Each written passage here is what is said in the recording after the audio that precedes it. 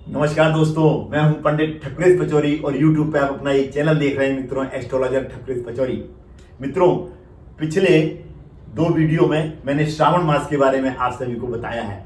आज भी मैं उपस्थित हुआ हूं आपको श्रावण मास के एक विशेष प्रयोग की जानकारी के लिए। तो मित्रों, आज हम बात करेंगे कि रुद्राभिषेक का श्रावण मास में क्या महत्व है और रुद्राभिषेक कब कराना चाहिए और कहाँ कराना चाहिए और इसके क्या क्या फायदे हैं। इन समस्त विषयों पर आज हम चर्चा करने के लिए उपस्थित हुए हैं। तो आप सभी से अनुरोध है कि अंत तक मेरे साथ इस चर्चा में अवश्य बने रहें, संपूर्ण जानकारी को प्राप्त कर उसका लाभ लेने के लिए।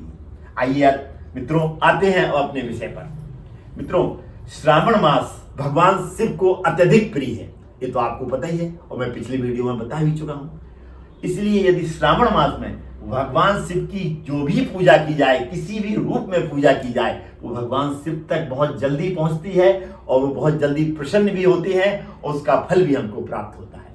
रुद्राभिषेक भगवान शिव की एक विशेष पूजा मानी गई है मित्रों। और रुद्राभिषेक कब कराना है? रुद्राभिषेक मित्रों श्रावण मास में कराया जाए, अत्यंत शुभ है। शिवरात्रि में कराया जाए, अत्यंत शुभ है। या अपने जन्म दिवस पर कराया जाए। जन्म दिवस, क्योंकि जन्म दिवस का अपने आप में इसलिए अत्यधिक महत्व हो जाता है क्योंकि पृथ्वी पर इसी दिन हम आए हैं। यदि हम उस समय, उस दिन यदि हम विधिवत भगवान शिव की आराधना करते हैं, वो भी अगर श्रावण मास हो, तो कहना ही क्या है। भगवान का लाख लाख शुक्रिया कि मेरा जन्म दिवस आज है और श्रावण मास का ये दूसरा दिन भी है। तो मेरे मन में आया कि मैं रुद्राभिषेक तो कराता ही हूं अपने जन्म दिवस पर। आज एक खास अवसर है कि मेरे जन्म दिवस पर श्रावण मास भी है। तो रुद्राभिषेक कहां कराना चाहिए, एक प्रश्न ये भी आता है। रुद्राभिषेक आप मंदिर में करा सकते हैं। रुद्राभिषेक आप घर पर विधिवत किसी विद्वान पंडित को बुला के करा सकते हैं। पंडित के द्वारा कराना ही अत्यंत आवश्यक है क्योंकि उसी का फल आपको मित्रों प्राप्त होता है। आज मैंने मित्रों अपने घर पर रुद्राभिषेक का आयोजन किया है। एक पंडित जी हैं, विद्वान पंडित जी को बुला के घर पर मैंने इसका आयोजन किया। तो पंडित जी ने मिट्टी से भगवान शिव का परिवार बनाया। पहले भगवान शिव का परिवार बना के पंडित जी ने भगवान का आवाहन किया, यानी ईश्वर को बुलाया। कोई भी पूजा हम जब करते हैं तो सबसे पहले ईश्वर का आवाहन, गणेश जी का आवाहन करते हैं, यानी उनको बुलाते हैं उस पूजा में सम्मिलित होने के लिए। तो पंडित जी ने उनको बुलाया। इसके बाद विधिवत जाने कितनी सामग्री थी मुझे याद नहीं है, कभी दूध से, कभी चंदन से, कभी भस्म से, कभी चीनी से, कभी पंचामृत से उनका विधिवत स्नान कराया और हर स्नान के बाद उनका जल से, शुद्ध जल से भी स्नान कराया। इसके बाद उनको वस्त्र पहनाए, भगवान शिव का जो परिवार बनाया था उस पर पुष्प अर्पित कराए। इसके बाद पंडित जी ने एक श्रृंगी होती है, मैं आपको दिखाता हूं मित्रों, ये श्रृंगी है। इस श्रृंगी से पंडित जी ने विधिवत दूध से भगवान शिव का रुद्राभिषेक कराया। इसकी विधि ये होती है कि श्रृंगी में हम दूध डाल देते हैं, वो लगातार भगवान शिवलिंग पर वो लगातार पड़ता रहता है और टूटना भी नहीं चाहिए। जब तक हमारा रुद्राभिषेक पूर्ण ना हो वो धार शिवलिंग पर पड़ती रहनी चाहिए, टूटनी नहीं चाहिए लगातार। और जब तक रुद्राभिषेक का पाठ, यानी रुद्री का पाठ किया जाता है इसमें, तो रुद्री का पाठ जब तक चलता रहता है तब तक हमको भगवान शिव पर इस तरीके से वो जलधार डालनी होती है और ओम नमः शिवाय का जाप करते रहना है लगातार। इसके बाद जब हमारा रुद्री का पाठ पूर्ण हो जाता है, इसके बाद विधिवत फिर पंडित जी ने पूजा कराई, विभिन्न तरीकों से फिर स्नान वगैरह कराया और कई तरीके के गुलाल, अबीर वगैरह भगवान शंकर पर उन्होंने आके भगवान शंकर को अर्पित करिए, वो अर्पित किए। इसके बाद फिर भगवान शिव पर पंडित जी ने प्रसाद अर्पित करवाया कि इनको प्रसाद छुड़ा के रख दीजिए, तो सबको प्रसाद चढ़ाया। इसके बाद उनको क्षमा यातना की कि पूजा में कोई गलती हो गई हो तो माफ करिएगा। और अब इसके बाद संपूर्ण पूजा जब समाप्त हो जाती है, इसके बाद फिर आरती की जाती है। आरती के बाद जो भगवान का हमने आह्वान किया था, क्योंकि भगवान को इस पूजा में हमने बुलाया है, तो इसके बाद उन भगवान की हमको विदा भी करनी है। इसके बाद पंडित जी ने विधिवत आरती के पश्चात भगवान की विदा कराई और इसके बाद प्रसाद वितरण किया।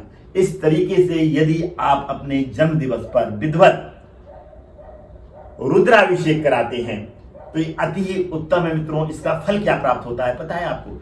घर पर, जैसा कि मैंने अभी बात की आपसे कि रुद्राभिषेक कहाँ कराएं, तो रुद्राभिषेक मित्रों मंदिर में मैंने कहा करा सकते हैं, घर पर करा सकते हैं, लेकिन घर पर कराने का महत्व क्यों सबसे ज्यादा है?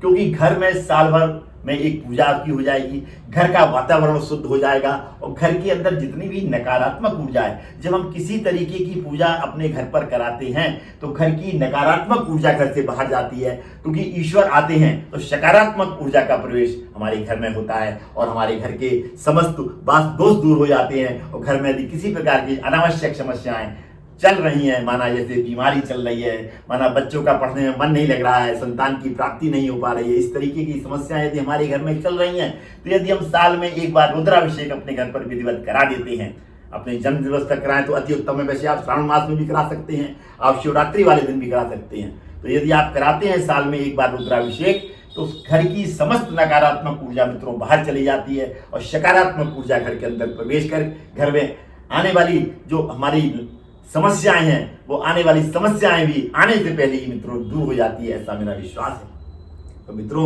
आप सभी से इस चैनल के माध्यम से मेरा ये अनुरोध है कि आप जन्मदिवस में पार्टी करने के बजाय, होटलों में जो आप पार्टियां करते हैं उसके बजाय यदि आप रुद्राभिषेक कराते हैं घर पर, तो उसका विशेष फल आपको मित्रों प्राप्त होगा और आपके घर में किसी भी प्रकार की समस्याएं हैं, उस समस्याओं का भी धीरे धीरे करके अंत होगा।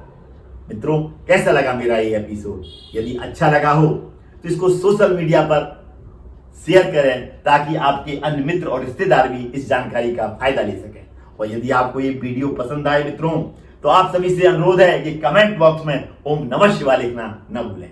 आज मैं अपनी वाणी को इस भावना के साथ में मित्रों विराम देता हूं कि आप सभी पर भोले बाबा की कृपा बरसती रहे और आपके घर में सुख शांति और समृद्धि का वास हमेशा रहे। पुनः मुलाकात होगी मित्रों किसी ऐसी ही विशेष जानकारी के साथ में।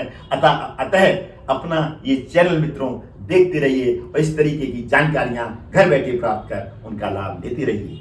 धन्यवाद मित्रों अंत तक मेरे साथ जुड़े रहने के लिए और मेरा ये वीडियो पूर्ण रूप से देखने के लिए। मित्रों यदि मेरे इस वीडियो का एक व्यक्ति को भी फायदा होता है तो मैं अपने आप को अपने जन्म दिवस पर सबसे बड़ा उपहार मानूंगा। धन्यवाद। हर हर महादेव की जय। बोलो भोले बाबा की जय। जय।